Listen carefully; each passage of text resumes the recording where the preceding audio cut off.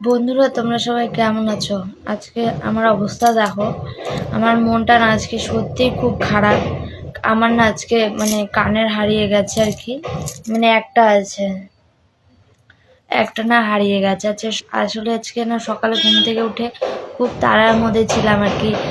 ছেলেকে স্কুলে পাঠাবো, একটু তাড়া ছিল। অনেক সময় আমরা ঘুমিয়ে থাকি, হয়তো কানেরটা একটু লুজ হয়ে থাকে, তাই না? তো আজকে বোধহয় তাই হয়েছিল। আর আমি না ঘুম থেকে উঠে তাড়ার মধ্যে ছিলাম। এখন রেডিও হয়েছিলাম। এখন আমি জানি না যে কানেরটা আমার বাড়িতেই পড়েছে নাকি রাস্তায় পড়েছে। বাড়ি ঘরের সমস্ত জায়গায় খুঁজে নিয়েছি বন্ধুরা, কোথাও পাইনি জানো। কারণ রাস্তায় আমি কোথায় খুঁজতে যাব কানেরটা, তোমরাই বলো। এই কানের চোরাটা আমার মা অনেক কষ্ট করে আমাকে বানিয়ে দিয়েছিল। আমি বড় বড় জিনিস, ভারী ভারী জিনিস না আমি পড়তে পারি না একদম। তো আমার মা বিয়ের 5 মাস পরে এই কানেরটা বানিয়ে দিয়েছিল।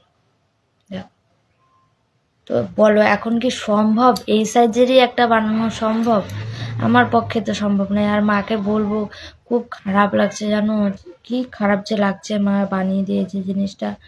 তো এটা আমি অনেক যত্ন করে রেখে দেবো, আর চেষ্টা করব ভবিষ্যতে সেম এটার মতন আর একটা বানানোর।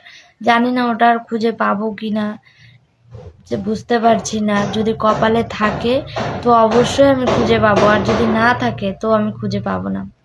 সব আমার কপালের উপর এখন। কেন যে হলো, আমার কোনোদিনও যেন কোনো জিনিস হারায় না, কেন যে এটা হারিয়ে গেল আমার। রাস্তায় পড়লো না কোথায় পড়লো বুঝতেই পারছি না। সত্যি খুব খারাপ লাগছে আমার। কি বলবো, মাকে কি করে বলবো বলো তো? তোমরা সবসময় নিজেদের জিনিসের যত্ন রেখো। এটা না আমি সবসময় কানে পরে থাকি, সবসময়। আমি কোথাও গেলেও না কানের চেঞ্জ করি না, এটা পরেই চলে যাই।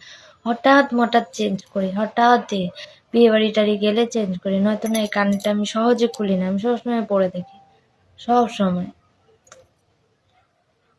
সত্যি খুব খারাপ লাগছে গো। তোমরা সবাই নিজেদের জিনিসের যত্ন নিও।